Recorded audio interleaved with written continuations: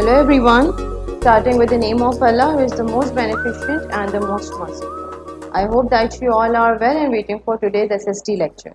Today, in today's class, we will going to start chapter number 3 from your book, that is Mapping the World.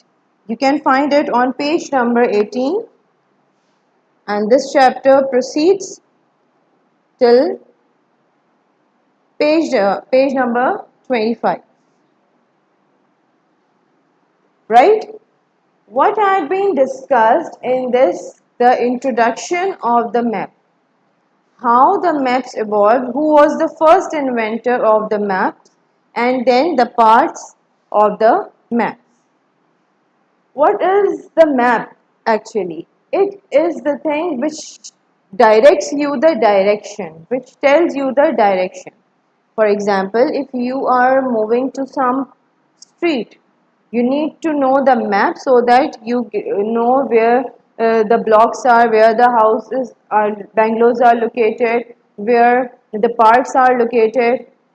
In the same manner, if we are talking about the country, so we must know about, we get to know about different cities, about different provinces, about the landscapes of that country with the help of maps. But who was the first person who had created the map, who designed the map? It was the Ptolemy.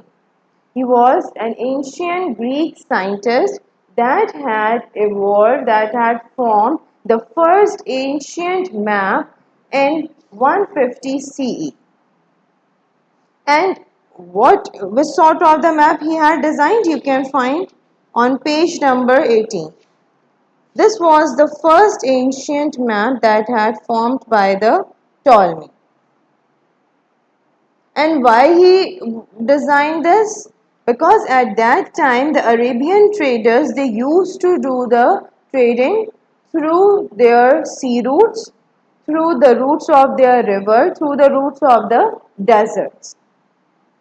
So he wanted to show the direction and wanted them to do their trading properly and easily. So for that purpose, he had created the map. He need the formation of the map at that time, right? And later, proceeding and following this Ptolemy, other Muslim scientists named as Al-Idrisi, he then organized some other forms of the map. But the first map that was formed by Ptolemy, and the reason to allow the Arabian traders to do their trading well through their trade routes. Okay. Then what are the elements that are the basic parts of the map? Key, symbols, scale and grid lines. These are the initial and the important parts of the map. Every map must contain these parts. What these parts indicate?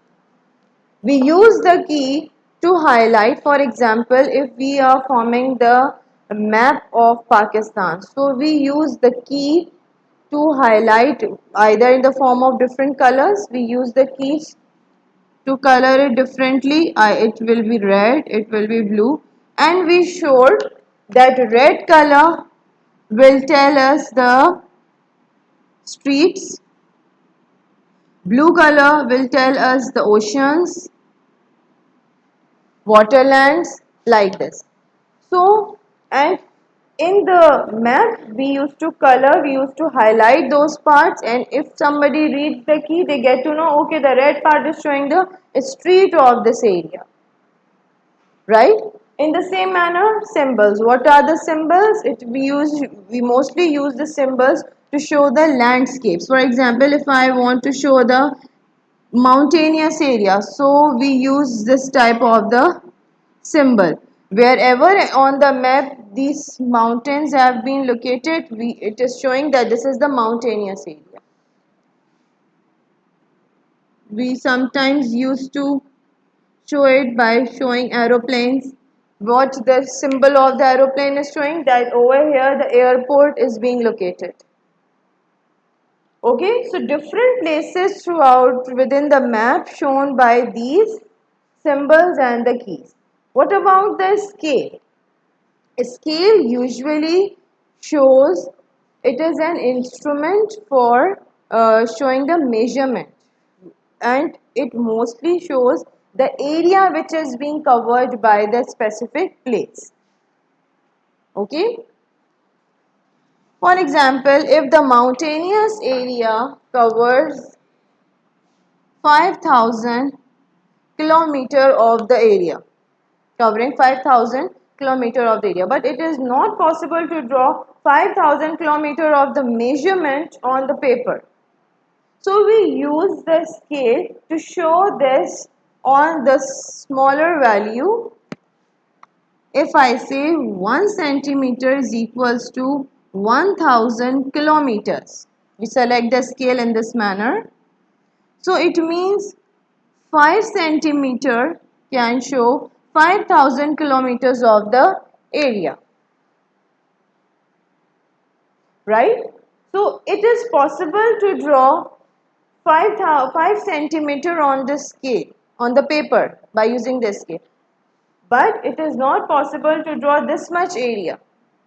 But how scale is helpful? That this little value is showing the greater value being covered by that area.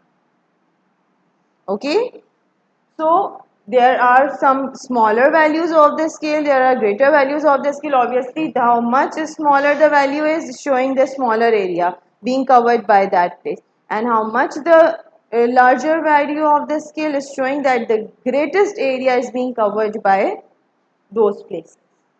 Okay. Now, what are the grid lines?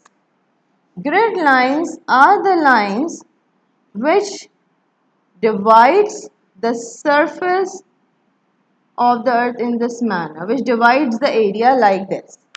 Okay, these are the grid lines. And these grid lines, what is the purpose of these grid lines? To divide the area. For example, we are dividing one province. Then the other province is showing something else. Province of Sindh, province of Punjab, province of NWFP, like this. So these grid lines helpful to divide the land. Right? And it projects from north to south and west to east.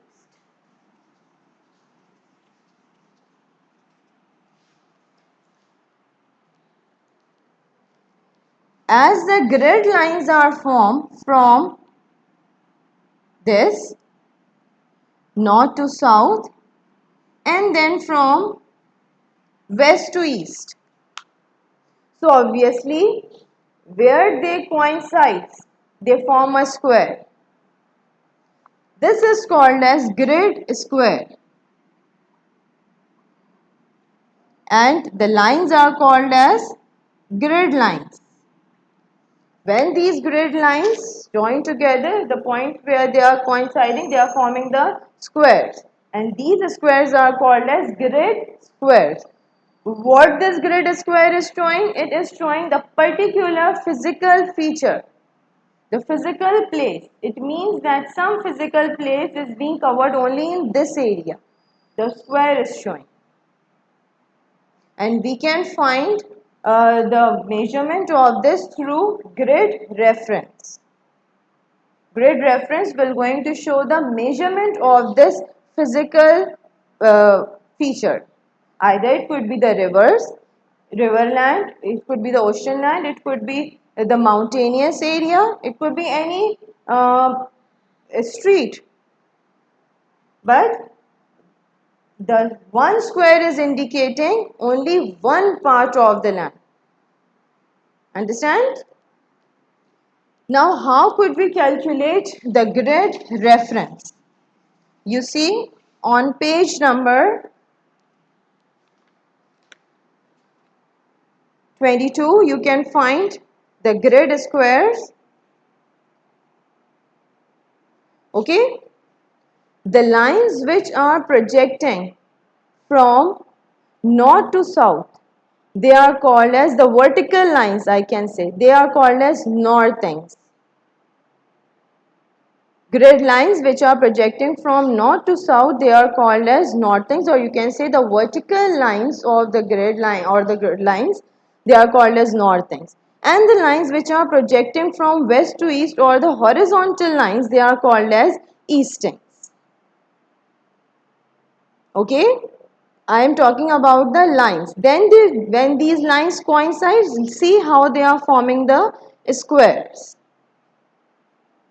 And each square is showing different physical feature, different landscapes. The area which is being covered by a particular physical feature or the landscape. Fine. Then how can we find the grid reference? What is the grid reference? The value of the easting and the value of the northing will give you the grid reference, the total area being covered by that physical feature. And there is one easy formula to find the grid reference. Always remember EN. What is EN? E means eastings, N means northings. It is not any hard and fast rule of this formula. I have just given you the formula to keep it into your mind, to remind it in your mind that while writing the grid reference, we always write the value of eastings first, then the value of northing. Okay? I have given you the questions in the homework as well, but let me explain you how you will do. You can see on page number 22, if I told you to find the easting of the yellow block. This is the yellow block, and I told you to find the grid reference of the yellow block, the yellow square. So how you will find? You will first see its value on the eastings, as E is written first. What is on eastings? What is the value? 69. And what is the value on northing? It is 25.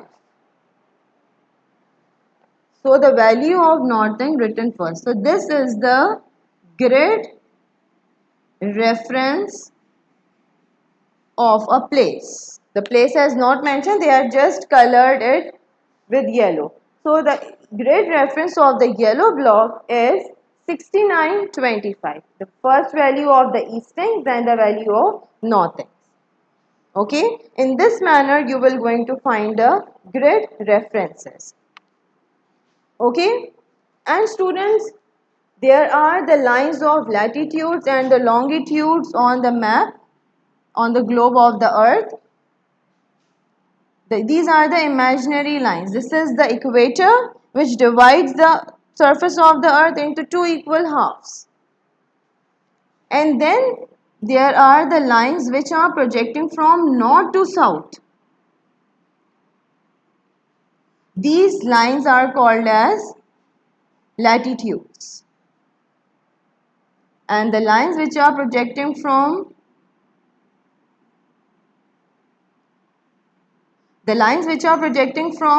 west to east, these are called as latitudes, and the lines which are projecting from north to south, they are called as longitudes. Why these lines have been drawn? These lines have done the division of the places of the surface of earth, and their division is same. If latitude is 90° towards south, then it is 90° towards north as well. In the same manner, if the longitude is 15° west, then it is 15° east. So their divisions are always equal on both sides of the poles and both sides of the direction. Okay, that is all related with the explanation of this. As I talk about the work which you will have to do, first of all, the word meanings that has been given, you need to copy them as it is, understand the questions. Question number 1. Who invented the ancient map? If you have understand the lecture, so you can answer it in simply just one line. Who had invented the ancient map? Question 2. How Ptolemy's map were useful? Which sort of the possibility it has been given? Why he felt the need for the formation of the map? Obviously, it shows the direction that helped in the trade route for the Arabian traders.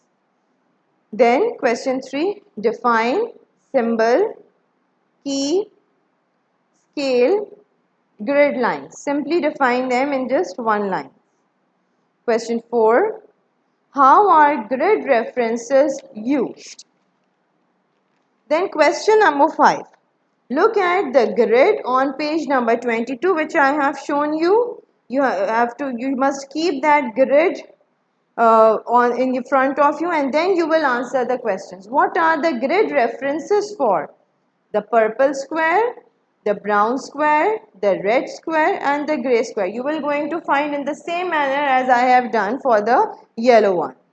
Okay. Then question 2. What color are these squares? Over here the grid references has been given to you. You need to just write down the name of the block which is being colored. At 7, 7331, 7625, 7129, 7433. Only write down the name of the colored box. Okay. Then MCQs. The lines of latitudes and longitudes give the location of a place on the surface of moon or earth. A grid square on the map covers dash area, large or small. Vertical lines of grid reference are called as eastings or northings, the vertical lines. Fourth, horizontal lines of the grid reference are called as eastings or northings. Number 5. Ptolemy created an atlas in dash. When he had created the map, just write down either 120 CE or 150 CE. That is all for today's class. I hope you understand the lecture and the questions as well. If still you have any query, you can ask on the WhatsApp. We're going to meet inshallah in the next class with some new topic. Till then, take care and Allah.